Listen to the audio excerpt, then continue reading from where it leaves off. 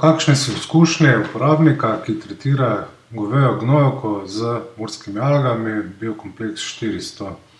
Torej gre za govejo gnojevko, dobro obdelano, vsaj nekaj tednov, ne. Kaj piše? Jaz seveda polivam vsak teden po rešetkah, to pomeni že tretiral v hlevu, ker je pri telicah problem goste gnojevke in je zelo težko mešati in črpati iz kanala.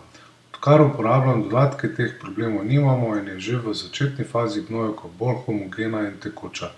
Seveda je tudi manj pritožb od ljudi, ker manj smrdi oziroma drugi dan sploh ne vedo, da si vozijo gnojevko. Res, to je super zadeva, zato sem vključil v ta proces tudi alge, ki mi bodo pomagali do res kvalitetno obdelane gnojevke.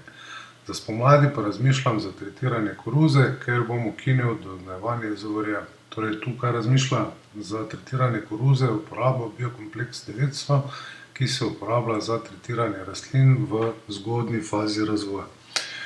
In pri tem, da ostanem pri istih pridelkih, piše naprej. Se slišimo, hvala lepa. Torej uporabnik uporablja Biokompleks 400 za govejo gnojevko.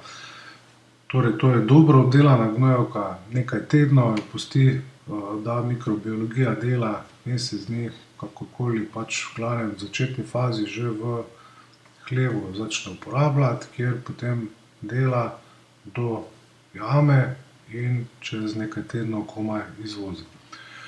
Kaj pravi, da bo ukinil mineralna gnojila, ker jih več ne rabi, tudi pravi med drugim v drugi komunikaciji, da so enostavno predraga in tudi, da ni smradu, kar pomeni, da je oddelana ionska izmenjava amonijaka v amonij, torej v nitratno obliko, solno obliko, ki ne smrdi, ne izhlapeva toliko in jo rastline lahko takoj tudi uporabijo.